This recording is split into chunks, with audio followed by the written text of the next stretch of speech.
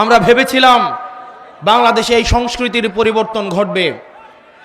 অত্যন্ত পরিতাপের বিষয়, আমরা দেখলাম গত পরশুদিন 10 দলীয় ঐক্যবদ্ধ জোটের আমাদের এক প্রার্থী, এক নারী বোন যখন ভোটের জন্য বাড়ি বাড়ি যাচ্ছিলেন, তখন একটা দলের একজন কর্মী এই গর্ভবতী মায়েকে পেটে লাথি দেয়। যারা এই সুবর্ণচরে গৃহবধূকে গণধর্ষণ করে ধানের শীষে ভোট দেওয়ার জন্য, আবার আজকে ইতিহাসের কি করুণ পরিণতি, ক্ষমতা না যাইতেই আজকে এক সন্তান সম্ভব মায়েকে পেটের মধ্যে লাথি দিয়ে অসুস্থ করে ফেলে। প্রিয় বাউফলবাসী, আমরা দেখতে পাচ্ছি বিভিন্নভাবে রাজনৈতিক হুমকি ধামকি দেওয়া হচ্ছে, কেন্দ্র দখলের প্রস্তুতি নেওয়া হচ্ছে। অনেকেই বলছে নির্বাচনটা যাক, নির্বাচন গেলে নাকি আমাদের অবস্থা দেখে নিবে। অনেকেই বলে বাড়ি থেকে প্রয়োজনে ব্যালট ছাপাইয়া নিয়ে নাকি ভোট দিবে। এই তরুণ প্রজন্ম কি বসে থাকবে?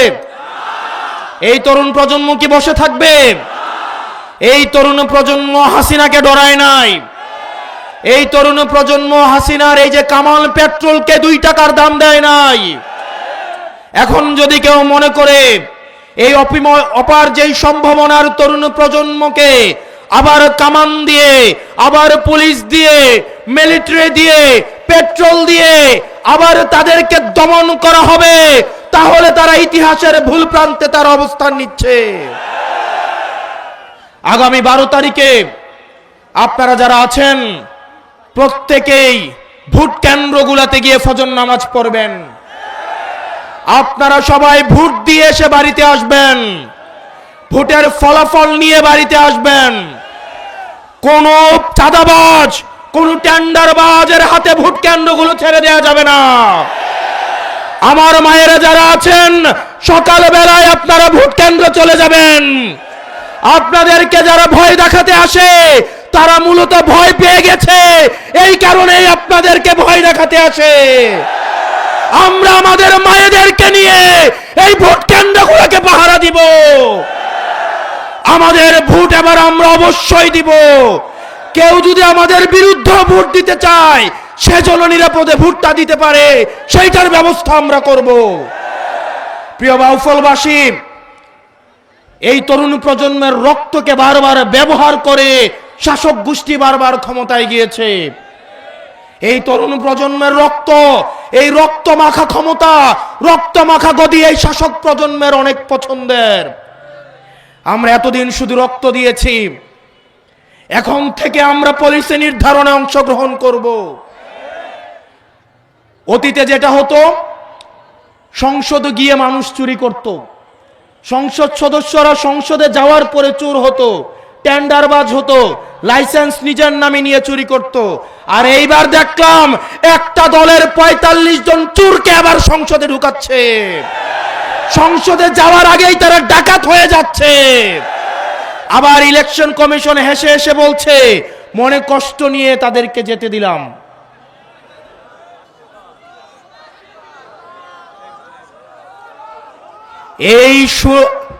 আমাদের এই জুলাই অভ্যুত্থানের শহীদের রক্তের উপরে দাঁড়িয়ে যারা পঙ্গু হয়েছে, যারা আহত হয়েছে, তাদের উপরে দাঁড়িয়ে মাননীয় ইলেকশন কমিশন আপনাদেরকে, ডাকাতদের এবং চোরদেরকে সেফ এক্সিট দিয়ে সংসদে পাঠাতে আপনাদেরকে এই ইলেকশন কমিশনে বসানো হয় নাই।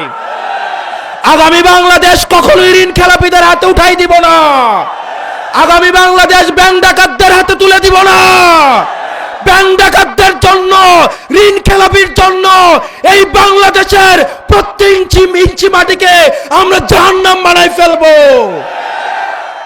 এই ঋণ খেলাপিরা ব্যাংকের থেকে ঋণ নিয়ে বিদেশে পাচার করে তাদের পরিবারের জন্য বিদেশে সেফ হেভেন এবং বেগম পাড়া বানায়।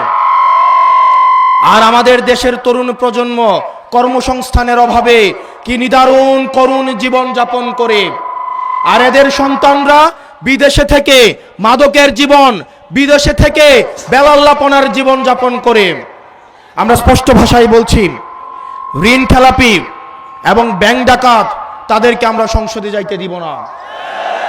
কিছুদিন আগে দেখলাম বন্দর একটা বিদেশি কোম্পানিকে দেওয়ায় অনেক দল রাস্তায় এসে আন্দোলন করলো যে বন্দর নাকি বিদেশিদের হাতে তুলে দিবে না।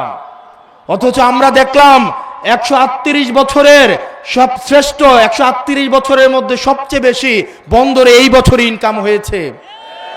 আপনারা বন্দর বিদেশিদের হাতে তুলে দিবেন না, কিন্তু প্রবাসীদেরকে এনে আপনারা সংসদে ঢুকাবেন।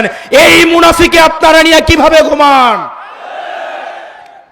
এই প্রবাসীরা এখন সুযোগ আসছে, বাংলাদেশে আসছে।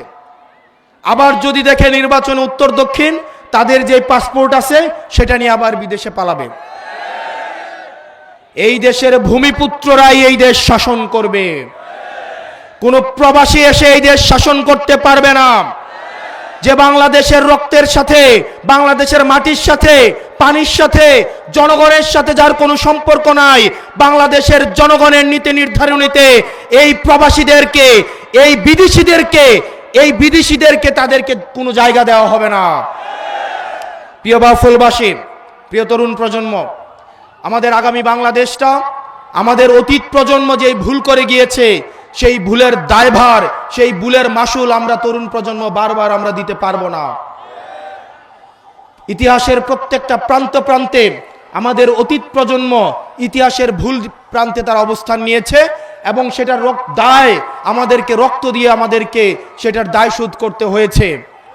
আমাদের আগামীর বাংলাদেশ হবে সমতার বাংলাদেশ, আগামীর বাংলাদেশ হবে মানবিক মর্যাদার বাংলাদেশ, যেই বাংলাদেশে মত প্রকাশের জন্য আপনাকে গুম করা হবে না, যেই বাংলাদেশে মত প্রকাশের জন্য আপনাকে ক্রস ফায়ারে দেওয়া হবে না, যেই বাংলাদেশে মত প্রকাশের জন্য বাড়ি থেকে উঠিয়ে নিয়ে যাওয়া হবে না, যেই বাংলাদেশে আপনার অধিকার আদায়ের জন্য বাংলাদেশ পরিচয়ের বাইরে আপনাকে হিন্দু পরিচয়, মুসলমান পরিচয়, বৌদ্ধ পরিচয়, খ্রিস্টান পরিচয়, পাহাড়ির পরিচয়, সমতলের পরিচয় আপনাকে ব্যবহার করা লাগবে না।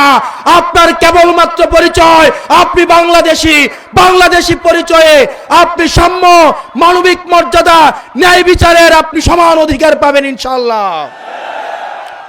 আগামী নির্বাচনে আমাদের ঐক্যবদ্ধ বাংলাদেশ, আমাদের বাংলাদেশের প্রধান এবং প্রথম সমস্যাই হচ্ছে দুর্নীতি। আপনি একটা ফুটা ট্যাঙ্কের মধ্যে যতই পানি দেন না কেন, দিন শেষে পানি থাকবে খালি। আমাদের ফুটাগুলাকে বন্ধ করতে হবে, দুর্নীতিকে বন্ধ করতে হবে। অত্যন্ত পরিতাপের বিষয়, আমাদের দুর্নীতি বন্ধর দিকে মনোযোগ নাই, কারণ আমরা দুর্নীতিবাজদেরকে আবার আমাদের অনেক দল সংসদে পাঠাচ্ছে। আগামী নির্বাচন হবে দুর্নীতিবাজদের বিরুদ্ধে নির্বাচন, আগামী নির্বাচন হবে টেন্ডারবাজদের বিরুদ্ধে নির্বাচন, আগামী নির্বাচন হবে এই চাঁদাবাজদের বিরুদ্ধে রেড কার্ডের নির্বাচন। প্রিয় তরুণ প্রজন্ম, আমরা এই তরুণ প্রজন্ম, আমাদের পরিচয় হবে আমরা একটা বৈষম্যমুক্ত বাংলাদেশ নামক একটা রাষ্ট্রের, আধুনিক এবং অগ্রসর রাষ্ট্রের একটা গর্বিত নাগরিক হইতে চাই। আমরা বিশ্ব ব্যবস্থার সাথে শুধুমাত্র তাল মিলিয়ে চলতে চাই, বিষয়টা এমন না। আমরা বিশ্ব ব্যবস্থার নিয়ন্ত্রণ আমরা নিতে চাই। আমাদের রেমিটেন্স যোদ্ধা যেসব ভাইয়েরা বিদেশে রয়েছে তাদের অধিকার আমরা নিশ্চিত করতে চাই। যেসব কৃষক তারা, আমরা আপনাদের এলাকায় গত বছর আসছিলাম, আমি আমার আত্মীয়র বাসা এখানে, গত বছর এসে দেখলাম একটা তরমুজের একটা ট্রাক যদি ঢাকায় পাঠাইতে হয় সেখানেও চাঁদা দিতে হয়, ধান যদি ঢাকায় পাঠাইতে হয় সেখানেও চাঁদা দিতে হয়। একটা সিনজিওয়ালা সারাদিন 500 টাকা ইনকাম করে সেখান থেকেও চাঁদা দিতে হয়। একটা ঝালমুড়িওয়ালা ঝালমুড়ি বিক্রি করে 300-400 টাকা ইনকাম করে সেইখানেও চাঁদা দিতে হয়। মসজিদ কমিটিগুলাকেও নিয়ন্ত্রণ করেছে, স্কুল কমিটিগুলাকেও দখল করেছে, মাদ্রাসাগুলাকেও দখল করেছে। এই চাঁদাবাজদেরকে আগামী নির্বাচনে 12 তারিখ ভোটের মধ্য দিয়ে আমরা তাদেরকে রেড কার্ড দেখাবো ইনশাআল্লাহ। এবং এই ফেসিবাদ লড়াইয়ের আপনারা বাউফলের মানুষ হচ্ছেন, আপনাদের গুড লাক, কারণ বাউফল আপনারা এমন একজনকে পেয়েছেন, তাকে যদি আপনারা হারান তার বাউফলকে প্রয়োজন নাই, কিন্তু বাউফলের জন্য মাসুদ ভাইয়ের প্রয়োজন। এবং মাসুদ ভাই, আমরা যখন স্কুল কলেজে পড়ি, মাসুদ ভাই নির্যাতন নিপীড়ন যে ভিডিওগুলো সামনে আসতো,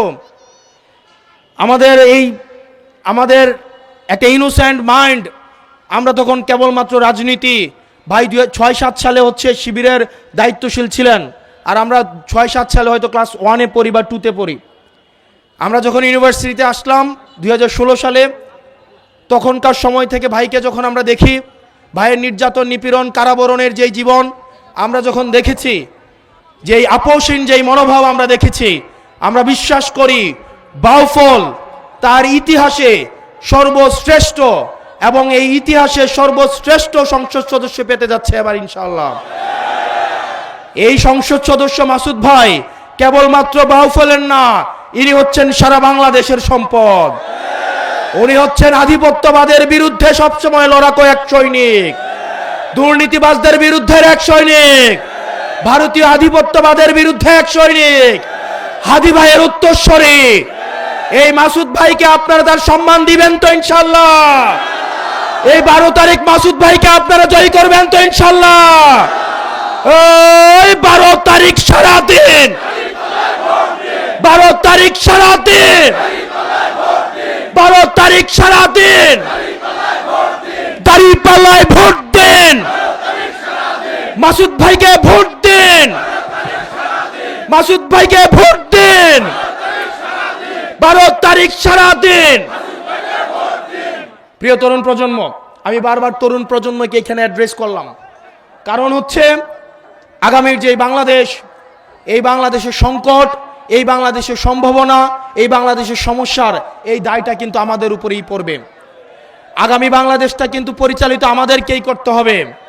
এই বাংলাদেশটাকে যদি একটা তলা ছাড়া ঝুড়ি রেখে যায়, এটার দায় কিন্তু আমাদেরকেই নিতে হবে। এই জন্য আমাদের তরুণ প্রজন্মকে প্রস্তুত থাকতে হবে।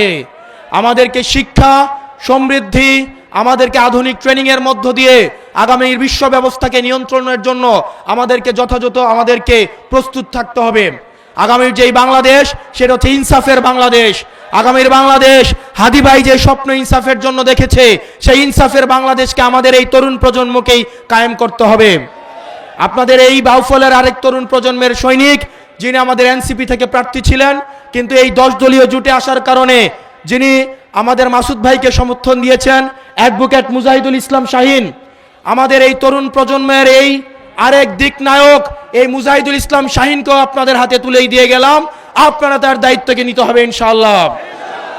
ইনশাআল্লাহ আগামী 12 তারিখে আমরা এই মাসুদ ভাইকে যে কোনো মূল্যে এই বাউফল থেকে বিজয়ী করে আমরা সংসদে পাঠাবো ইনশাআল্লাহ।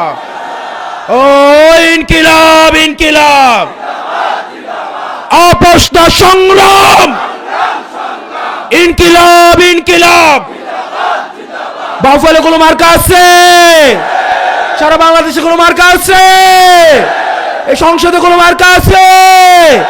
ওই সেই মার্কা আরো জোরে সংসদে এ বাজাবে, সরকারে আরো জোরে সামনে থেকে সংসদে, সরকারে।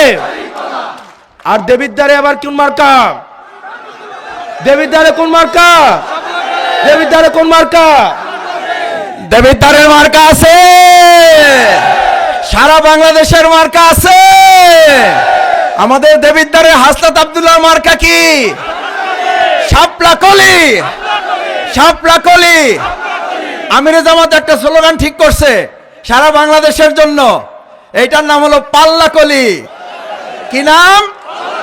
পাল্লা কলি। ইনশাআল্লাহ আমরা সম্মিলিতভাবে গোটা বাংলাদেশে শাপলা